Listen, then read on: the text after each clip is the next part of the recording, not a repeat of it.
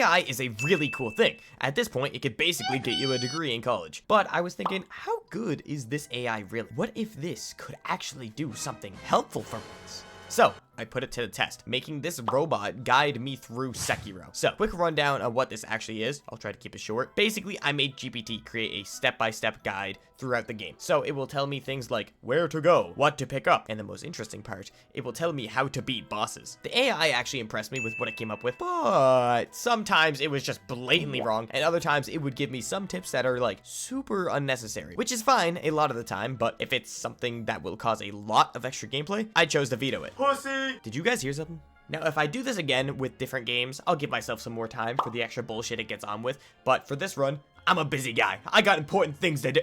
Hey, it's important to me. But anyways, now time to start the run. Step 1, let's ask ChatGPT the real important questions. How to cook lasagna in a washing machine. God damn it. This isn't too hard once you get all the important stuff out of the way. I stuck to a simple formula of ask the AI for a step-by-step guide throughout areas, and then ask it more detailed guide about bosses and about skills. Whenever it made a silly mistake and forgot about a boss, I would remind it and ask for a guide. Pretty simple. Starting out, GPT was very good. Actually, like, scarily good. Maybe it just has a lot more information about the beginning of the game, but then again, it's pretty hard to screw up the opening cutscene. It's simple. But the hive mind told me to use stealth for the beginning, so I'm using stealth instead of just running through. But boring story stuff goes by, no issues with it so far, but the robot has decided to skip the mini-boss waiting for you in this area. No big deal. He's not important anyway. Surely this isn't gonna be a repeat thing of skipping mini-bosses. On to Genichiro. The AI openly admits I'm supposed to lose, but it also mentions the quote-unquote possibility of winning. Therefore, I gave it a solid shot and decided to see if I could win. Turns out, I could. Look, Mom, I'm not washed at this game. I still lose my arm, though, in classic From Software fashion, and asked the AI to give me a guide up until the first boss. This is the start of the miscommunications, as for some reason, GPT thinks I meant the first mini-boss because I didn't specify a boss name, but oh well. He's trying his best. Oh, who's a good little AI? Ah, the fucker bit me! Anyways, it gives me a guide through the initial area. Just simple things like how to deal with enemies, and for some reason, it was telling me about enemies after the first mini boss, but I'll ignore that for now. And now I run into the first minor roadblock of the run. You know how earlier I mentioned it gives me strategies for the bosses? Yeah, well now for General Naomori, it gave me a solid attack plan and even tells me to death blow this guy at the start, which was really unexpected. But for some reason, it insisted I needed the Mikiri counter for this fight. Whatever. I guess I'll just go grind it out. It's important anyways. Spend a bit of time grinding to go fight Naomori, and that's when I realized something. In the fight, this guy doesn't have thrust attacks. I can't even use the Mikiri counter. This is when I really realized that the AI is just making shit up a lot of the time. This doesn't affect the fight at all because, well, I can't use the Mikiri counter. It just is the fight normally. Also, someone should fact check me on him not having thrusts, but I never seen a single one in the fight. Anyways, that's all done without issue. I even used a fistful of ashes like it told me to. Not much to talk about afterwards, but near the chained ogre fight, Mr. Silly Goose Robot gives us a strategy of using the flame vent on the chained ogre, which is, you know, actually a good idea. A little bit unnecessary, but it's not bad if— Wait a minute. What do you mean in a burning field full of enemies? Yeah, the AI is a little tiny bit lost here, but that's fine because I remember the flame vent is just in the Hirata estate. So correct the AI, get the vent, fight the boss, everything goes perfect. But that's done, and the AI remembers there's another mini boss directly after this and gives me an actual good strategy for it too by sneaking around first. Only issue is the AI thinks this is one of the 7 spears of Ashina, but that's no big deal. It told me a good strategy. It told me to sneak around and get death blows. Perfect. Good enough for me. Now up to this point, you must be thinking, wow, this AI is actually pretty good. It's only making small mistakes. And I would agree. But Mr. AI over here also likes to blatantly leave out some sections of the game. As for these sections, I don't want to ask it for a revamped strategy because I already asked for all the way up until Gyobo. But apparently the Snake Canyon just doesn't exist. So I guess I'll just progress like normal here. Don't yell at me. This is my video, please. Anywho, on to Gyobo because the AI skipped that section and I think this might be the best boss strategy it gives me in the run because it's super simple and I'm allowed to use sugars. This is the only boss where it lets me. The only weird thing is using the shuriken prosthetic, but that's super doable. It doesn't really do much, but it's good enough, I guess. Usually I would just run down the horseman over here, but the AI told me to attack and retreat, and I did just that, and it all worked out fine. It took a little bit longer than usual, but no big whoop. First major boss out of the way, and the first diverging point of the run. Man, man, I always feel so bad for this damn horse. Well, before that, the AI wants me to do a bit of housekeeping and pick up the Ashina arts and go rat hunting, which is probably a good idea anyways. But other than that, the AI wants me to just progress through the castle. But I mentioned the Hirata estate because, well, we were already there before. So time to go do that. Honestly, it was very brief on the Hirata estate, so I'll keep this segment short. It wanted me to get the axe, use the axe on shield guys, defeat the shinobi hunter, skip, and then sneak attack to beat Juzo the drunkard, and summon Nogami Kensei for the fight, which, if you didn't know, is for sure the best way of dealing with this. The fodder enemies are super problematic, and getting the stealth blow on the enemies is super helpful, but getting the stealth blow on Juzo is for nerds, I guess. So, we oil him up, we set him on fire according to the AI. Thank you, you pyrocynical maniac. We're just gonna be setting everything on fire this run, aren't we? Anyways, time to actually go into the butterfly fight, except, no, wait. It knows about the secret area behind a wall! Sure, it thinks a parabead is a gourd seed, but I'm still impressed. Okay, enough distractions. Now we're on to Lady Butterfly. It's a basic strategy, but it works. Keep up the pressure and get good, pretty much. Work on your deflections, and that's all it told me to do. Snap seeds for the illusions, and just run around like a maniac. Perfect. There's one major problem here, though. Instead of using shurikens to knock her out of the air and get lots of posture damage, the robot skips that and wants me to use firecrackers, which I don't even have firecrackers yet, so backtracking time, I guess. Well, now with the firecrackers, the fight is essentially the same, except one, I can't use shurikens, and two, I have to use the firecrackers, which will, actually ended up being more of a detriment to me than anything else, because she just hits me when I use them. But whatever, I did it, hooray, yippee, and now we can move on to Ashina Castle. Now, the AI didn't mention the Blazing Bull boss fight, and honestly, I am so glad it didn't. This boss fight fucking sucks.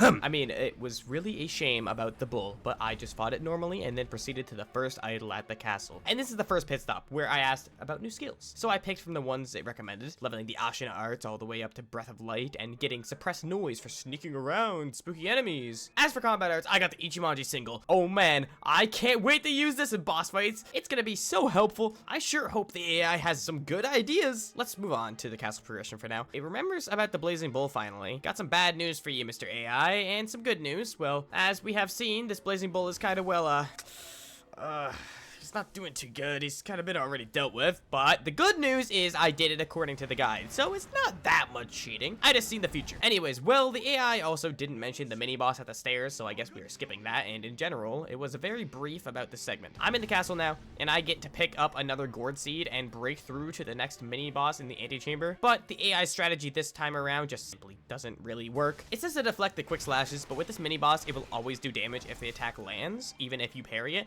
So I just did this one my own way with dodging, like you're supposed to, because I think if you only deflect with 4 gourd seeds, you just simply lose, or it's very difficult, very tight timing. Now, time for our good old friend Genichiro. All it gave me for a strategy here is eat some eel liver, and yeah, that's essentially it. Seriously, that's all you have written down? All right, whatever. It actually gave me a single line that just says to block, and then in phase 2, I need to lightning reversal. Woo! Whatever, I guess we just get a freebie this time around. Now, time for another split path. ChatGPT gives me a quick rundown on the 3 potential areas, but then tells me to prioritize Senpo Temple for the Mortal Blade, which is great! That's probably the best news I could have heard all day. As for Senpo Temple, simply put, just deal with the monks. But it mentions monks that feign death. If anyone knows about that, please let me know, but I have no idea what it's talking about. Maybe the centipede monks it's talking about? I have no clue. On to a fan favorite fight. Roberto! AKA Armored Warrior. And the bot tells me the proper strategy of knocking him off the bridge, which is good. But can I ask where are the grapple points in this fight? You know what? Doesn't matter. I'll never question the hive mind. It can't be wrong. Actually, maybe I will question the hive mind, because what do you mean the Sabimaru is in a chest near the Armored Warrior? That is all the way back in Ashina. You know, I'll shut up. I'll just go grab it and move on with my day, I suppose. Onwards, and it warns me about the centipede enemies, and now it wants me to fight the long-armed centipede. Been a while since I've actually fought this guy, but let's go deal with that. Using the firecrackers and the ash makes this pretty easy, so not much to write home about. Inner Sanctum time, and that means it's the start of what I like to call the ape escape portion of this game, and you'll see why. I'm pretty sure for this portion, it literally wrote out the direct strategy you get when you look up how to beat the screen monkeys. For 3 of the 4 of the monkeys, at least, which works for me, but it didn't include the proper strategy for the invisible monkey, which I'm pretty sure is just directly behind you every single time it doesn't move. I could be wrong though. Tell me if I'm wrong. Anyways, quick poke behind me and no more monkey. The other 3 are pretty easy to deal with by conventional means, so this boss isn't that problematic. There's kind of only one way to deal with it, and now we can finally get the Mortal Blade. All done with Senpo Temple, but aren't we forgetting something? Nah, let's just move on. I have like 10 skill points, time to use them. I do the same thing as last time, and based off the recommendations, I actually unlocked the Breath of Light this time around, and I also got the Ichimonji double. It also recommends Shinobi's Karma and second tier Suppressed Sound, which wouldn't be my first choice, but the Hive Mind says it, so it can't be wrong. Oh yeah, it also mentions a skill from the Senpo Temple Arts, but yeah, remember that thing we forgot about? Yeah. That was the arts. We kind of skipped that in the Senpo Mountains, so I guess I'll rule that one out. Time to move on, though. Hopefully the AI chooses to go to the Mibu village, so we don't have to deal with the... It chose the Sunken Valley first. Kind of knew this was going to happen. You'll see why this is problematic later. Anyways, you know the drill at this point. Progress around as the AI says. Sadly, we are skipping a gourd seed because the AI didn't mention it. Wow, yet again. And now it's time for everyone's favorite section. Fun Fort! The name is pretty self-explanatory. It gives me a solid tip this time saying I should use the loaded umbrella. Only problem is, I don't have the umbrella yet. Well, time to backtrack, go buy that, zoom, zoom, zoom, and all done.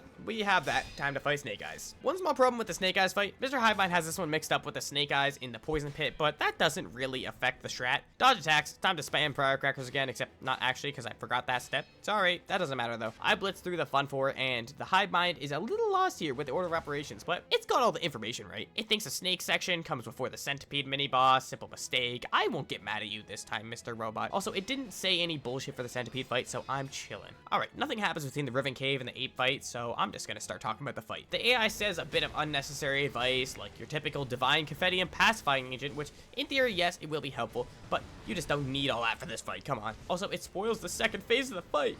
I mean, of course I already knew, but like, come on, man. This game is only 6 years old? Oh my god. God damn.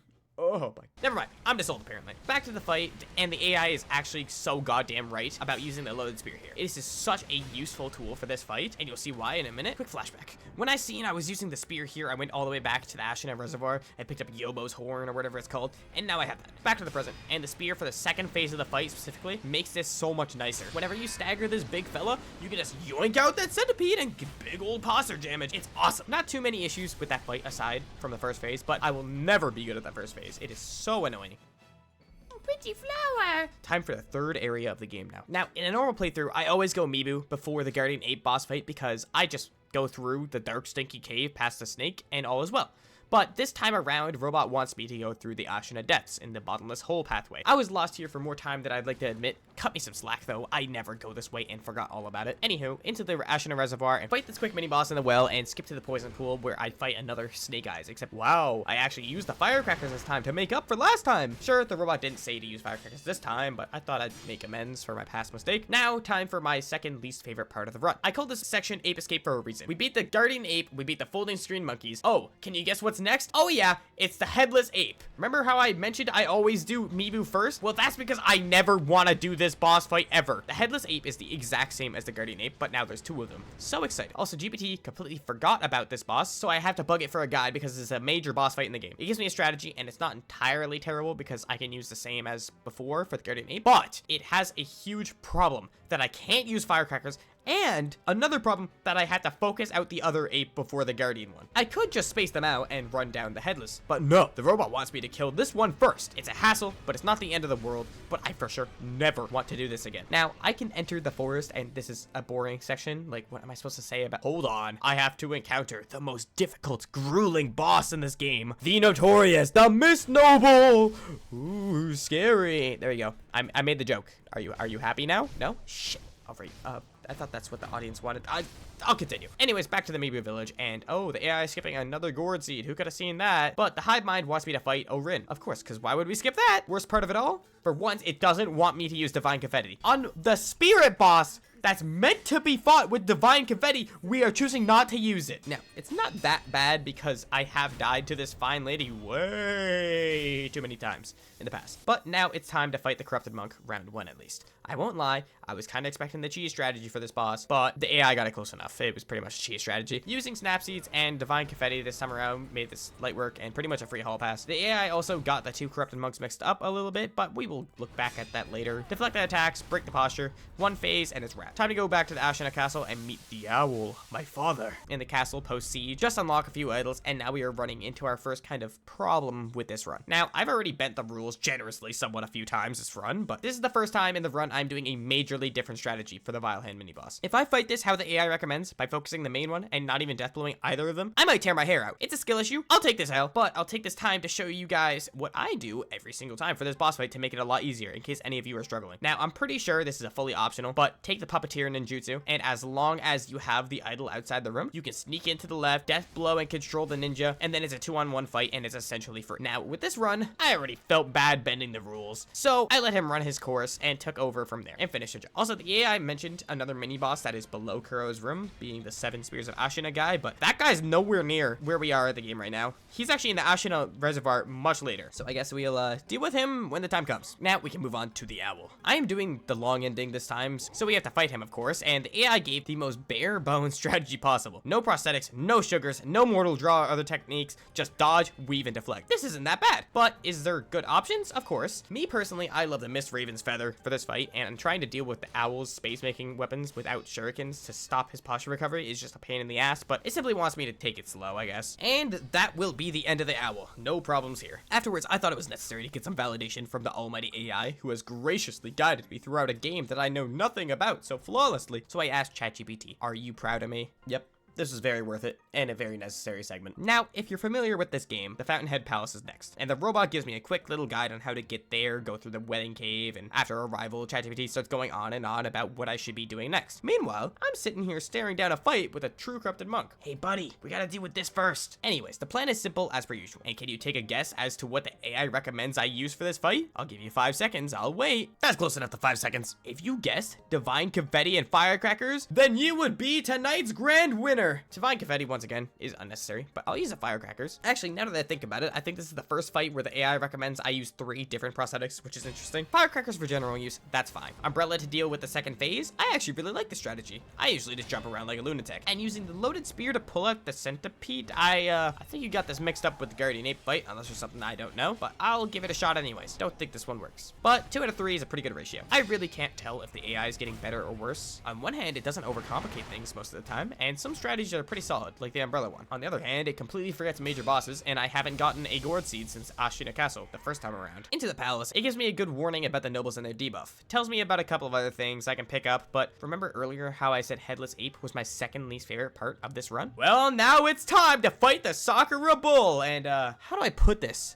This shit sucks ass. The bull is super annoying because it's another fight where you are guaranteed to take damage even while parrying it, which isn't normally a crazy big problem because by this stage of the game, you would have plenty of gourd seeds, and with pellets and max health, you'll be fine. But since we skipped so many of those, this fight truly sucks. Now, should I just be patient and hit the back of the bull? Yes. But even when I do that, a single mistake could cost me an attempt, so I died a lot to the stupid bull. It was a dreadful experience. I eventually make it through though, thank God. Mr. Robot seems to have forgotten that if you go in the water that it wants me to explore, you will be sniped by this lightning guy, so I guess I'll just go deal with him real quick, and then go get some of those treasure carp skills it wanted me to get. Also, at this point, I had 11 more skill points to invest. Oh boy, I can't wait to invest these into skills I'm going to use. AI recommends Ashina Cross and Shadow Rush, but I can't afford both of them, so I just picked the Cross and invest the rest in the prosthetic skill tree. Next part of the game is the Divine Dragon boss fight. Oh, and in case anyone was wondering, no, I didn't get the gourd seed before this fight, but this fight is really linear, so there isn't really room for different strategies. I don't think the AI can actually give me a different plan here, so yeah, this fight is the straightforward norm. Beat up some old people, fight God, nothing new here. Just typical From Software things. Back to the castle, and time for the final part of this game. I decide, hey, let's check out what the AI thinks I should pick up for the final yeah, that's not happening. It wants me to go back and get all 40 prayer beads along with 4 fully upgraded prosthetics. I don't have the time for that, and I don't think I can even get all the prayer beads at this point, so